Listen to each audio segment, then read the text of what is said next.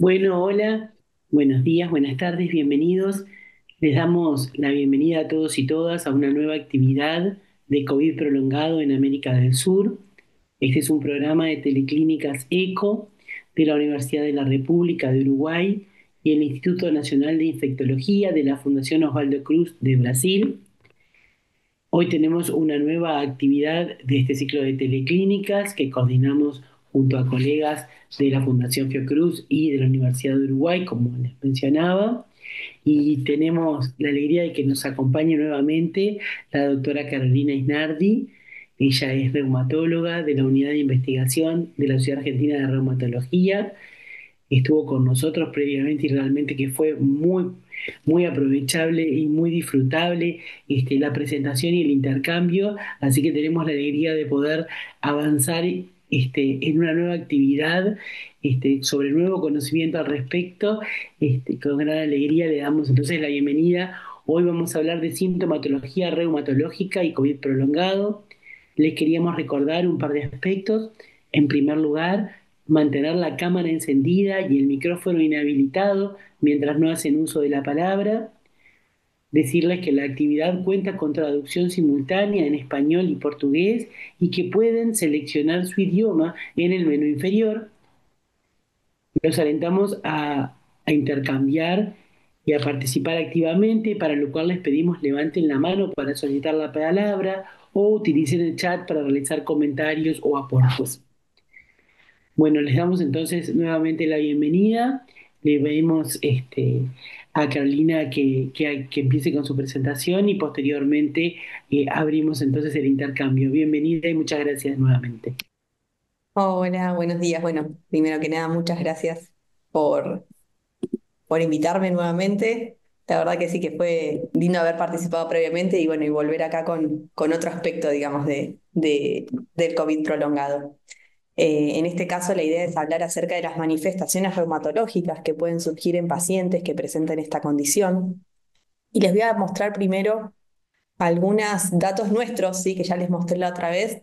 Nosotros vimos que estos son pacientes con patología reumática ya previamente, que desarrollaron COVID, presentaron tanto en el cuadro agudo como en aquellos que luego desarrollaron un COVID prolongado, patología o manifestaciones reumáticas. De ellos, como pueden ver, durante la COVID aguda, el malestar general, las mialgias y las artralgias estuvieron presentes entre un 20 y un 40% de los pacientes, ¿sí? Y compromiso más sistémico, ¿sí? Con presencia de tormenta de citoquinas y miocarditis en un grupo bastante menor, ¿sí? En el 0,4% de los pacientes respectivamente. Pero luego lo que constituye el COVID prolongado, o es decir, las manifestaciones prolongadas, luego de resolución del cuadro inicial, los pacientes con enfermedades reumáticas desarrollaron en nuestra corte un 20% fatiga y un 12% miartralgia, ¿sí? Este mismo cuadro vuelve a aparecer de manera prolongada. Pero ¿qué pasa con aquellos pacientes que no tienen patología previa, o sea, patología reumática previa y desarrollan esta condición, desarrollan COVID prolongado? Quiero introducir este tema mediante una paciente de la vida real, es una paciente que tuve yo el año pasado. Ella es una mujer de 42 años, había tenido COVID-19 5 meses antes y un cuadro persistente de taquicardia sinusial inapropiada, lesión inflamatoria pulmonar con requerimiento de kinesioterapia y broncodilatadores y situaciones de pérdida de memoria. Ella me consulta por dolor y tumefacción de las rodillas, dolor en manos y pies inespecífico, ocasional, que no se acompañaba de rigidez matinal y sí de mialgias y fatiga. Al examen físico ya estaba muy bien, la verdad es que no encontré ninguna otra manifestación que podría sugerir una patología sistémica. Sí, estas dos rodillas levemente inflamadas y dolorosas y una lumbalgia mecánica, que esa ya era conocida previamente. Ella, antes de verme a mí, la ve a un traumatólogo que le pide una resonancia en la cual se evidencia aumento de líquido sinovial intraarticular y en los recesos subcuadricipital, pararrotuliano, infrapatelar profundo y quistes de Baker en ambas rodillas.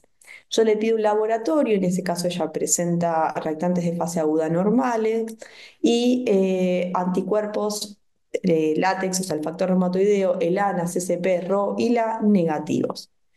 Entonces acá surge el punto. ¿Qué puede ser que puede tener esta paciente? Bueno, en realidad hay mucho publicado, mucho descrito, pero la verdad que en general son cortes chicas o reportes de caso, pero se han reportado en estas condiciones, en pacientes que persisten con manifestaciones inflamatorias luego de la infección aguda por COVID, artritis reactiva, artritis posviral. Clínicamente, si bien muchas veces se confunden estos términos, eh, la artritis reactiva clínicamente es la típica oligoartritis, principalmente de miembros inferiores, que puede o no tener acompañados síntomas axiales, es decir, un dolor lumbar inflamatorio, con manifestaciones periféricas como entesitis, dactilitis, compromiso cutáneo. En general se da en pacientes jóvenes que tienen B27 positivo. Un tipo de una espondiloartritis de tipo periférica. Y la posviral, que puede aparecer, y ya la conocemos, asociada a varios virus, en realidad suele ser una mono u oligoartritis, en general de grandes articulaciones, que se limita solo luego de un tiempo que resuelta la infección. En el reporte de una revisión de casos, ¿sí? Se observa que en general los síntomas más aparecen alrededor de 22 días después del inicio de la infección por SARS-CoV-2. En general puede ser sintomático o también hay formas asintomáticas, es decir, donde hay tumefacción pero los pacientes no sienten dolor. En general es una mono o una oligoartritis, como sucede en este caso con la paciente mía. Tiene dos articulaciones afectadas y tiene predominio por las articulaciones de los miembros inferiores, pero más frecuentemente la rodilla, seguida también por la mano y el tobillo. En general, estos cuadros suelen tener una buena evolución con respuesta apropiada con antiinflamatorios, con glucocorticoides, aunque hay algunos reportes de uso de drogas convencionales como metotrexato, hidroxicloroquina también. ¿Sí? Pero en general, estos cuadros suelen resolver espontáneamente, sobre todo la artritis posviral. Pero ¿qué pasa? Podría ser que esta paciente en realidad no es un cuadro tan autolimitado, sino que está desarrollando una artritis reumatoidea, una artritis psoriásica o una artritis relacionada con una enfermedad sistémica, como podría ser lupus. Bueno, ¿qué sabemos acerca de estos cuadros en el periodo post-COVID? Sabemos ya hace mucho tiempo que las infecciones, tanto virales como bacterianas, pueden funcionar de trigger para el desarrollo de autoinmunidad. Esto ya lo hemos visto por diferentes tipos de mecanismos, como el mimetismo molecular, con virus como el Epstein-Barr, el parvovirus, la hepatitis C, la hepatitis B, o incluso bacterias como la clamidia, la salmonella, la yersinia relacionadas con artritis reumatoidea, o el estreptococo de grupo A relacionado con artritis postestreptocóxica. O sea, sabemos que los diferentes eh, eh, microorganismos pueden tener un efecto sobre el desencadenamiento de patología autoinmune. Y parecería que el SARS-CoV-2 no es una excepción a esto. Se han descrito muchísimas patologías relacionadas con la infección por SARS-CoV-2, desde diabetes, lupus, vasculitis, síndrome antifosfolipídico y también, acompañado a esto o no, el desarrollo de autoanticuerpos, particularmente en pacientes que presentaron una infección aguda más severa. ¿Sí? Tenemos más, sobre todo anticuerpos relacionados con la trombosis, pero también RO, por ejemplo, bueno, el ANA, el factor reumatoideo, ANCA, CCP, ¿sí? Todos autoanticuerpos que nosotros vemos habitualmente en el consultorio en pacientes que tienen una enfermedad autoinmune. ¿Y por qué se da esto? Se ha visto que la infección por SARS-CoV-2 genera una importante respuesta inmune en el cuerpo. Si bien el objetivo principal es lograr el control de la infección, esta inflamación puede ser desmedida y puede llevar a un estado de hiperinflamación y de autoinmunidad. ¿Sí? Por ejemplo, como vemos en este pequeña ilustración, ¿sí? Por un lado hay una gran respuesta innata, ¿sí? Con tormenta de citoquinas, que esto lleva también a una gran respuesta celular adquirida con una importante expansión de células B y liberación de anticuerpos, algunos de ellos por mimetismo molecular dirigidos a epítopes propios, generando esto, la posibilidad de atacar estructuras propias. A esto se le suma también el hecho de que haya una desregulación de la tolerancia, es decir, que nuestro sistema que justamente controla el hecho de que no ataquemos a nuestro propio cuerpo está debilitado. Entonces, alta inflamación, presencia de autoanticuerpos, sumado a una pérdida de la tolerancia, es un cóctel hermoso para llevar al desarrollo de patologías autoinmunes. ¿Sí? Pero no todos los pacientes que han demostrado la presencia de autoanticuerpos han desarrollado en el corto tiempo una patología autoinmune. Entonces, ese estado de autoinmunidad latente que le llaman, ¿sí? Que en general se da otra vez en pacientes que tuvieron una enfermedad aguda severa, o al menos es en los que más se ha estudiado, porque son los que más pacientes más disponibles se tenía. No todos desarrollan patología autoinmune, pero sí hay algunos que evidentemente lo desarrollan. ¿Sí? Y acá vemos, por ejemplo, un estudio, se publicó recientemente, es un estudio realizado a partir de datos de Estados Unidos, de la corte de Trinext. Hay dos trabajos de esta corte publicados, pero básicamente lo que buscaron fue ver si los pacientes con diagnóstico confirmado de COVID-19 tenían mayor riesgo de desarrollar alguna patología autoinmune que aquellos que no habían tenido COVID. Entonces, machearon por edad y sexo a estos dos grupos y fíjense que tenían más de casi 2 millones de pacientes en cada grupo, o sea, unas cortes gigantes. Y aquí identificaron que los pacientes que tuvieron COVID-19 presentaron 9% mayor riesgo de desarrollar una patología autoinmune en el año siguiente a la infección.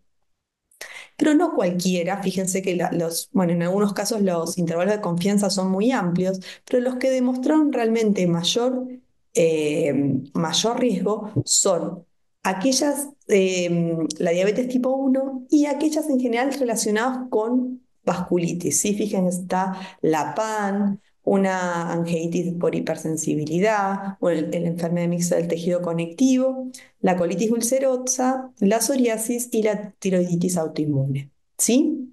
Entonces, parecería que estos pacientes, evidentemente no todos, porque si no tendríamos en este momento una pandemia de patología autoinmune y no es así, pero parecería que estos pacientes que tuvieron COVID-19 presentan algo más de riesgo, casi un 10%, de desarrollar patología autoinmune en el siguiente año. Y estos resultados también son, a ver, ahí está, mostraron que hay algunos factores que influyen sobre este riesgo. Este estudio, además de evaluar el riesgo, midió cómo se modificó esto en función de cuál era la variante viral más frecuente en ese momento, en el momento de la infección del paciente. Y observaron que con las variantes Delta y Predelta, los riesgos eran mayores, mientras que con la variante Omicron el riesgo era menor. Es decir, que este efecto fue más pronunciado en la primera etapa de la pandemia que en las etapas posteriores. ¿Sí? Y fíjense que es más o menos un 35% menos de riesgo con la variante Omicron. Otro efecto que encontraron fue la positividad para el ANA. Aquellos pacientes que tuvieron COVID-19 y a su vez desarrollaron anticuerpos antinucleares tenían 11 veces más riesgo de desarrollar una enfermedad autoinmune. Y además, como les venía diciendo, aquellos que tenían una enfermedad aguda más severa, con requerimiento de internación y con requerimiento de apoyo ventilatorio, tenían mayor riesgo también de desarrollar una enfermedad autoinmune. Y esto último también fue aportado o fue identificado por otra corte estadounidense que se llama Recover, en la cual podemos ver, no sé si se llega a ver, pero bueno, acá en amarillo vemos el riesgo de desarrollar enfermedad autoinmune en los pacientes que tuvieron una enfermedad manejable de manera ambulatoria, mientras que aquellos que tuvieron una enfermedad grave con requerimiento de ventilación mecánica, las que están en naranja, se observa que la curva cae más abruptamente, el riesgo de desarrollar una enfermedad autoinmune fue mayor. Pero no me quiero quedar solo con Estados Unidos. Fíjense que hay otros estudios también publicados de otras partes del mundo que también muestran que estos pacientes que tuvieron, si bien tienen diferentes los trabajos, diferentes criterios de selección, pero todos muestran más o menos lo mismo y con cortes muy amplias realmente, que aquellos pacientes que tuvieron COVID-19 tuvieron mayor riesgo de desarrollar una patología autoinmune. Y se repiten muchas de estas patologías. Fíjense, la diabetes tipo 1, la psoriasis, la tiroiditis y sobre todo la vasculitis.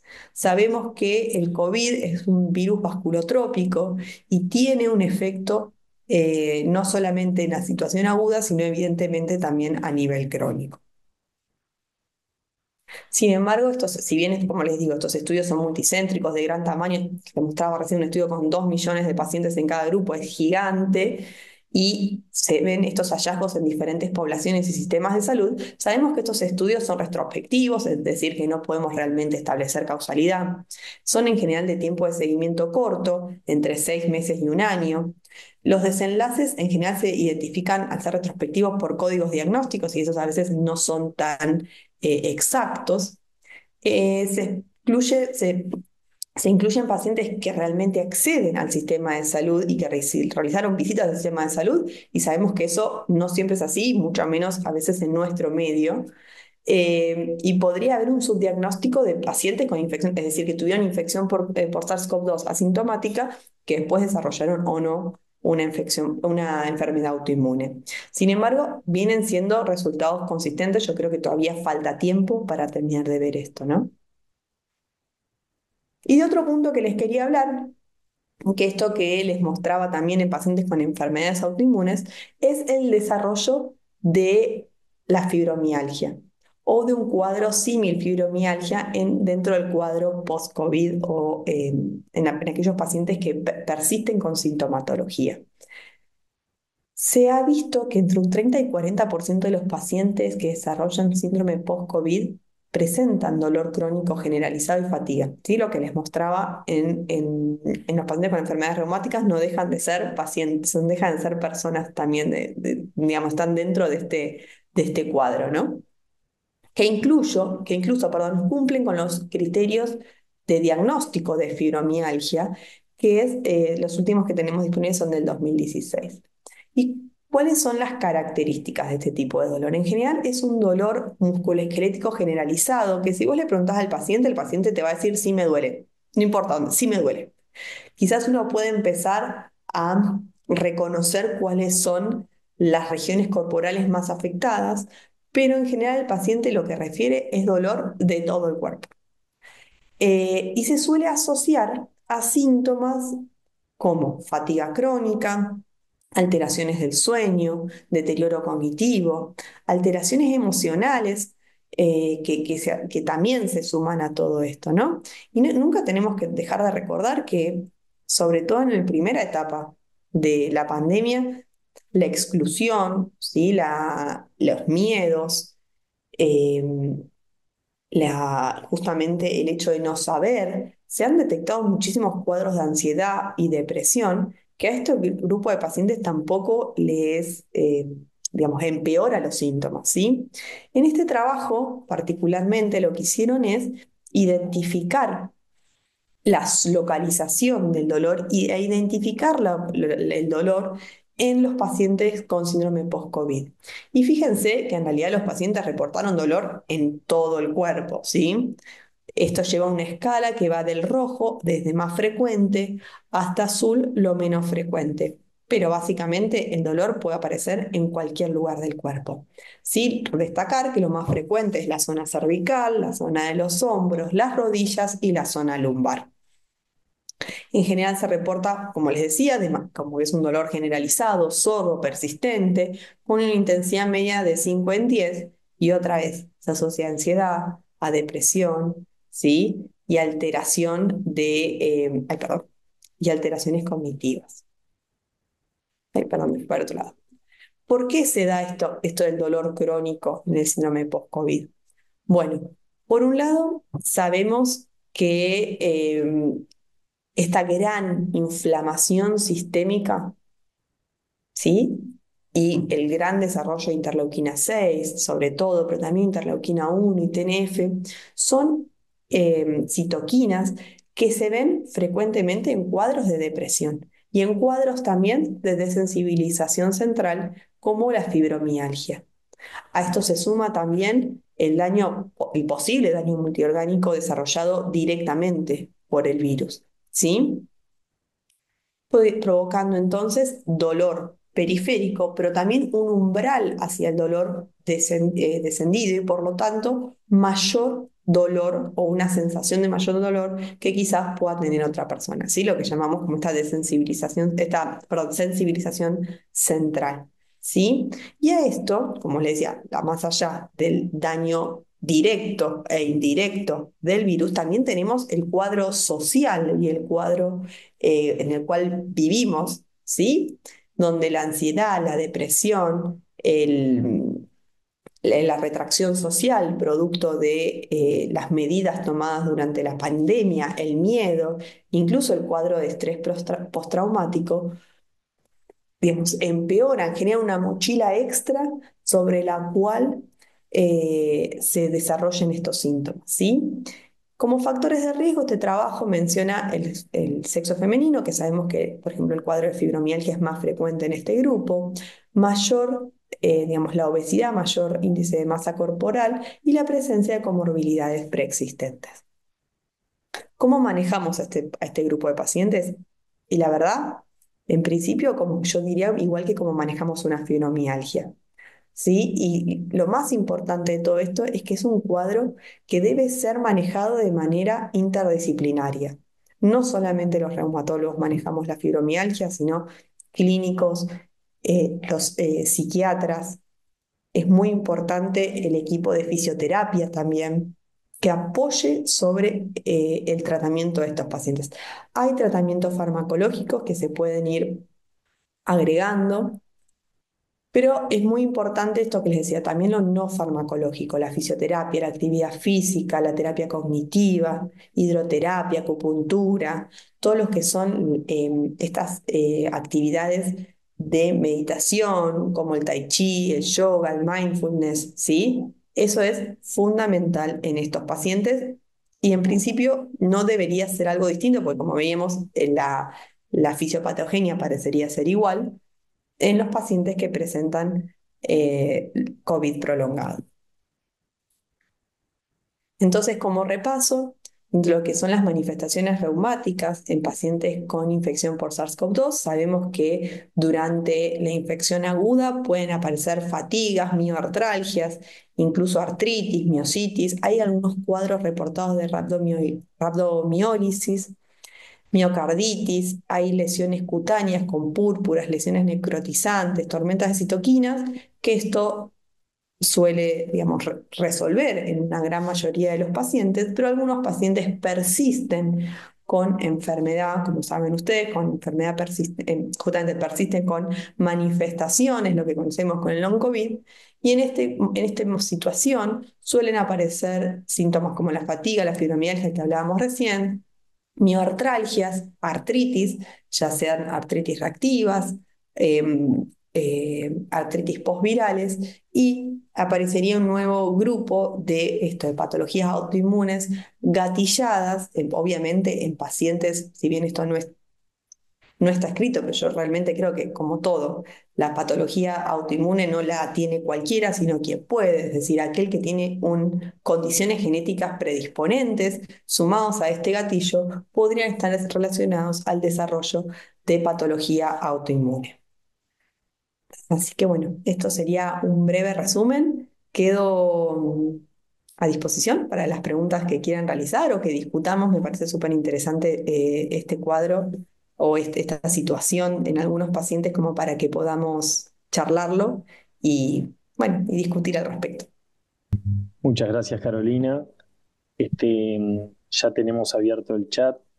Este, para cualquier pregunta que quieran ir haciendo o si quieren levantar la mano, intervenir, hacer preguntas o hacer comentarios. Primero quería decir que excelente la presentación, la verdad que es muy interesante todo lo que se refiere al long COVID junto con las patologías reumáticas. Creo que el caso clínico que tú pusiste es los que hacemos medicina clínica, medicina interna y los que vemos pacientes con enfermedades reumatológicas, con las enfermedades autoinmunes, nos pasa y nos ha pasado persistentemente este caso clínico en los últimos años, donde nos cuestionamos si esto está vinculado al post-COVID o si el post-COVID en este caso es un gatillador, como dijiste tú, o un hit para la enfermedad autoinmune. Y muchas veces nos enfrentamos a esos pacientes donde los anticuerpos, ya sea el antinuclear, el citruñado, el factor reumatoideo, son no reactivos, o sea, o negativos, y sin embargo hay síntomas articulares evidentes, con inflamación evidente. Entonces nos queda siempre la duda inicialmente si esto es el inicio de una enfermedad autoinmune, si esto es parte del post-COVID, si esto está vinculado a una artritis postviral o una artritis reactiva. Es un desafío diagnóstico que en general con los estudios analíticos y sobre todo creo que con la evolución clínica de los pacientes le vamos poniendo el rótulo finalmente a la enfermedad del paciente. Me quedé con muchas cosas interesantes, más allá de lo del HIT, del hecho del mayor riesgo en el contexto de la Delta con respecto al Omicron. Parece que es un dato interesantísimo. Después, bueno, esto de que todos los cuadros de COVID agudo grave tienen mayor riesgo de presentar posteriormente una enfermedad autoinmune sistémica, que pasa algo similar con la fibromialgia, y bueno, y que también es un problema el dolor crónico en estos pacientes que muchas veces, más allá tengan o no tengan la fibromialgia, son un desafío de tratamiento para el dolor crónico. Este, También hay otro tipo de paciente que nos pasa muchas veces, que es el paciente que ya viene con una enfermedad reumática, una enfermedad autoinmune, y que desarrolla un COVID y tiene criterios diagnósticos de long COVID. Entonces uno se cuestiona si realmente esto es parte de la actividad de la enfermedad de base, o sea, de la enfermedad autoinmune de base, o si esto es parte de los síntomas vinculados al long COVID. Y bueno, eso también me parece que es otro desafío porque implica muchas veces que uno hace o ajustes en el tratamiento, ya sea ajustes en el tratamiento de los inmunosupresores, como puede ser metotrexate, azathioprina de uso regular, o micofenonato, o eventualmente de tratamientos biológicos que muchas veces también terminamos haciendo modificaciones vinculadas a que no logramos controlar la inflamación y los síntomas que tiene el paciente. Pero nada, te quería hacer como primera pregunta es eh, que nos cuentes un poquito tu experiencia a nivel de eso, de los pacientes ya con enfermedad autoinmune desarrollada, sobre cómo has visto el COVID y el long COVID en este tipo de pacientes que muchas veces nos terminan complicando la consulta y nos terminan, digamos, terminan siendo un problema de resolución. Bien, bien, la verdad es que yo creo que en los pacientes que ya tenían patología autoinmune y venían en seguimiento, se dieron dos cosas. Primero, me parece que es el paciente que menos me preocupa porque es un paciente que ya viene en seguimiento. Me preocupa más el paciente que no tenía nada y de repente queda boyando y no llega. Pero arranquemos con el que ya tenía. El paciente que ya tenía, pasaron dos cosas durante la pandemia. Una, la escasez o la falta de acceso a la medicación que provocó el desarrollo de brotes en muchos casos. Y por otro lado, esto, en los brotes que uno no sabe explicar, que si venía bien con la medicación, venía regular y de repente tuvo la infección y ahora tiene un brote. Nosotros en nuestra corte de pacientes en SARS-CoV identificamos que entre el 5 y el 6% de los pacientes presentaron un brote de la enfermedad, principalmente artritis, ¿sí? Lo mismo que se ve en la población general. Eh, y en realidad estos pacientes, si yo me pongo a pensar en el consultorio, los pacientes que tienen brotes en general son o porque tienen una situación de estrés en la familia o personal, o esto, que tuvieron alguna infección y después de eso no terminan de regular, independientemente si es COVID o no, ¿no? Y en este caso pasan las dos cosas, o pasaron las dos cosas, ¿no? La situación de estrés, la situación de quizás no poder salir de la casa, o quizás la situación de miedo, que también se suma como causa de brote de la enfermedad. Y sí, muchas veces terminamos necesitando ajustar la medicación. A veces con un ciclo corto de corticoides logramos reducir el brote y volver a la normalidad, y a veces si vemos que 10, 15, 20 días el brote no mejora, muchas veces necesitamos escalar la medicación, independientemente de lo que tenía, ¿no? Quizás escalar a otra droga convencional o escalar ya a un agente biológico o sintético dirigido, como decías.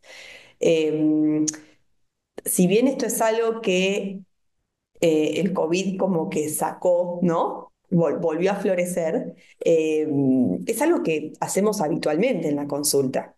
Entonces, en este tipo de pacientes, el paciente que ya tenía patología previa, ya te vuelvo a decir, me preocupa, pero no es el que más me preocupa, porque yo sé que si este paciente tenía adherencia al tratamiento, la va a seguir teniendo y uno puede ir ajustando, sobre todo adherencia a esto, a los controles, a seguir realizando el tratamiento de manera adecuada.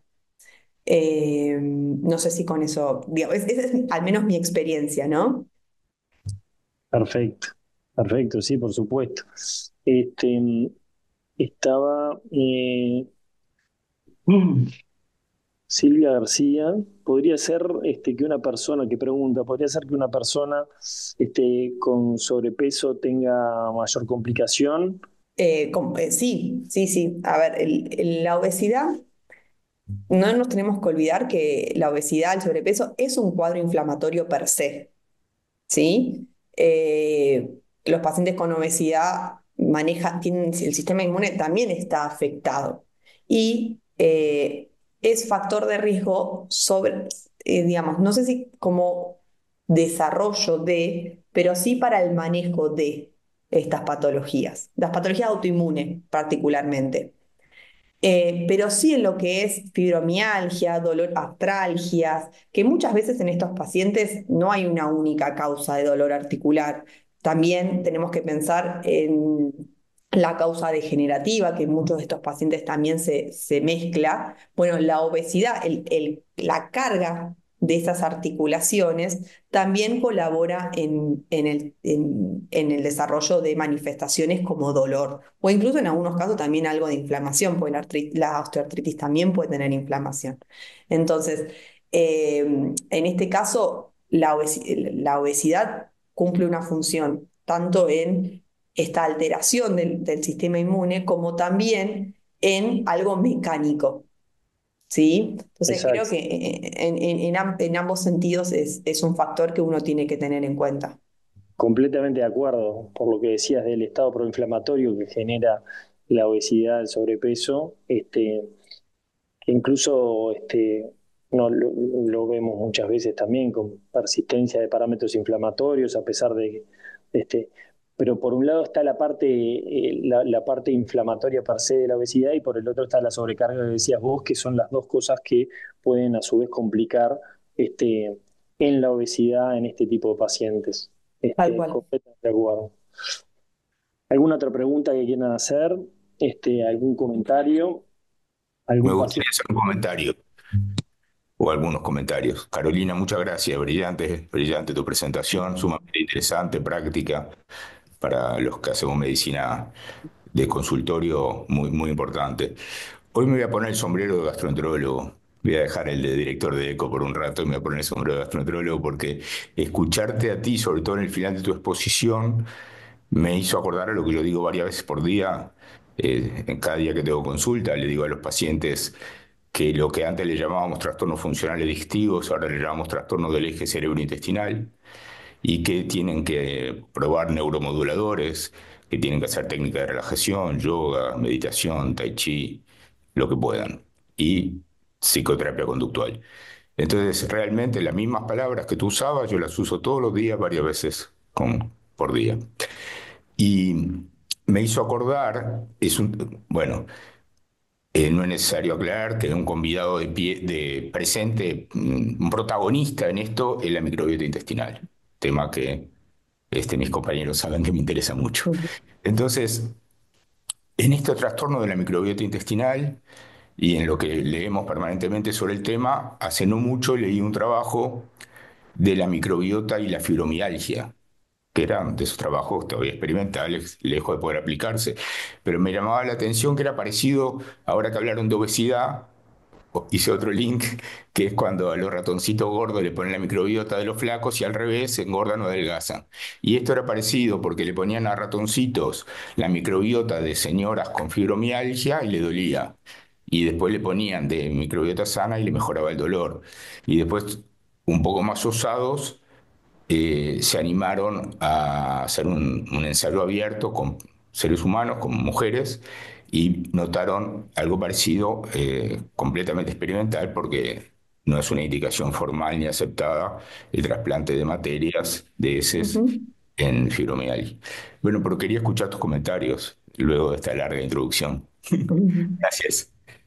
Bueno, sí, la realidad es que los estudios de la microbiota intestinal han crecido en cantidad de manera imponente, digamos, en los últimos años en todas las patologías reumáticas. Aquellas que no considerábamos inmunomediadas, como puede ser la fibromialgia, como las que sí, con identificación de ciertos grupos de patógenos relacionados con mayor o menor actividad de la enfermedad, e incluso esto, con los primeros ensayos acerca del trasplante de materia fecal y con modificación de la enfermedad, ¿no? En cuanto a su actividad.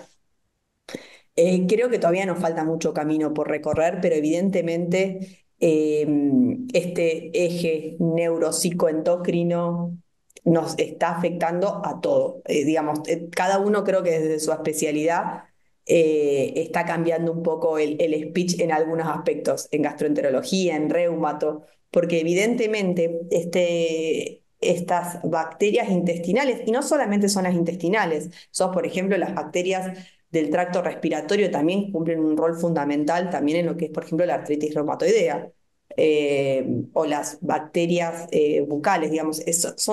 Yo creo que no es solamente lo gastrointestinal, pero sí cumplen un rol muy, muy importante. Están relacionados con este estado de inflamación persistente presente en algunas patologías que considerábamos que no tenían un efecto inflamatorio. Y esta desregulación probablemente nos lleve a cambiar la perspectiva de muchas de estas patologías en corto o mediano plazo.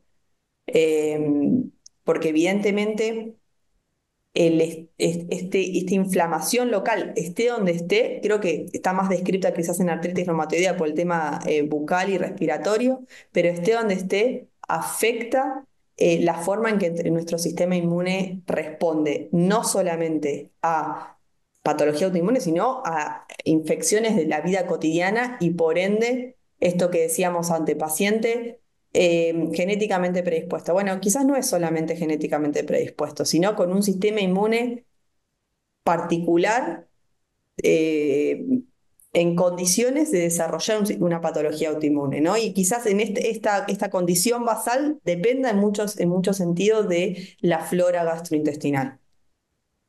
Y bueno, esperaremos en un tiempo quizás esto que hoy parece raro, como el trasplante de materia fecal, quizás en un tiempo ya no sea tan raro. Seguro. Va lento, pero no voy a entrar ahora, pero en otro tema de los que yo trabajo, estoy seguro que muy pronto en inflamatorias ¿Sí? se va a seguir avanzando más rápido, como decís tú. Bueno, eso, en las Muchísimas gracias. espondiloartritis es que está muy estudiado esto ya. Tal cual. Y bueno, que van con las enfermedades inflamatorias del intestino de la manito. Claro, sí, sí, sí, por eso. Sé Sí, sí, cuando no, no me sorprendería está que cuando en más otro duele. momento hablemos Seguiremos de esto. hablando, Carolina. Muchísimas gracias. Sí, sí, Muchísimas sí. gracias. Y con eso están trabajando fundamentalmente, perdón, ya me enganché con este tema que yo que me dedico a la infectología, que muchas veces lo que se hace es tratar de cambiar las condiciones locales para lograr que esos cambios en la microbiota, o sea, cambios en el microbioma de alguna manera, para lograr, más allá de lo que tiene que ver con el trasplante específicamente. Digo, porque se usa para muchísimas cosas, cuando uno empieza infectología, la Biblia de la infectología de alguna manera arranca diciendo que somos más células de microorganismos que propias, ¿no? O sea, nuestro ser vivo, digamos, somos un conjunto de seres vivos en el cual tenemos más células que no nos pertenecen que las que nos pertenecen.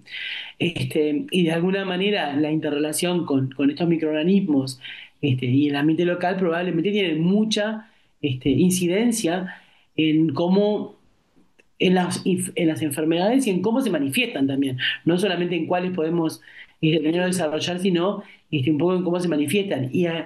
Es- Se viene explorando por muchos lados cómo modificar el ambiente local justamente para cambiar hacia microorganismos que se consideren más beneficiosos en algún sentido, digamos, más allá de que entiendo que el conocimiento en el área aún es limitado. Digo, porque probablemente conozcamos una cosa y después cambiemos el ambiente y capaz que para otras no es tan bueno, pero no sé si en la parte de las enfermedades reumatológicas están trabajando en el cambio en el microbioma, digamos, de alguna manera, en las condiciones locales, o solamente explorando la parte de trasplante, o sea, de llevar microorganismos directamente. No. Yo creo que hay varias cosas, incluso en la consulta médica, ¿no? Cuando uno le hace un diagnóstico de una enfermedad autoinmune a un paciente, uno, si bien es inabarcable esa primera consulta y lo vamos tratando en el camino, pero hay muchos temas. Por ejemplo, la alimentación. Hay algunos trabajos hechos, o sea, es muy difícil hacer trabajos epidemiológicos de investigación relacionados con la alimentación porque hay muchas variables en juego y uno tiene que seguir al paciente, ¿no? Pero se sabe hoy ya que, por ejemplo, las dietas mediterráneas, las dietas ricas en ácidos grasos, con un tipo de perfil de justamente más sin sustancias, ay, no me sale la palabra. Eh, bueno, ya me salió. Ultraprocesados, ahí está. No tantas carnes rojas, se asocian a un mejor control de la enfermedad, mientras que aquellos que justamente tienen muchas carnes rojas, ultraprocesados, se asocian a peor control, incluso en familiares de pacientes con, por ejemplo, artritis reumatoidea, que tienen hoy autoanticuerpos positivos, quizás ¿qué le puedes decir? Hacer actividad física, no fumes y tener una buena alimentación, tratando de excluir estos productos. ¿Por qué? Porque al fin y al cabo estamos modificando esto, cómo funciona su tubo digestivo. Entonces creo que sí, que de a poco eso va introduciéndose en nuestras cabezas y en cómo manejamos a nuestros pacientes, sí. Bueno, bien, no, yo en realidad quería hablar un poco de otra vuelta, pero me colgué con esto porque la verdad que este es un tema No, muy súper interesante y interesante. probablemente, claro, probablemente sigamos todo el tiempo conociendo más y pudiendo pensar en otros targets también terapéuticos a la hora de muchas patologías o sintomatología, ¿no? Este, sin lugar a dudas, digo, ya conocemos hace mucho la parte del mimetismo molecular, de persistencia viral, todo lo que tiene que ver con la vasculatura y este virus tan vasculotrópico de alguna manera como es el COVID, y entonces siempre está el planteo de estas posibilidades en cuanto al desarrollo de síntomas y patología posterior al mismo.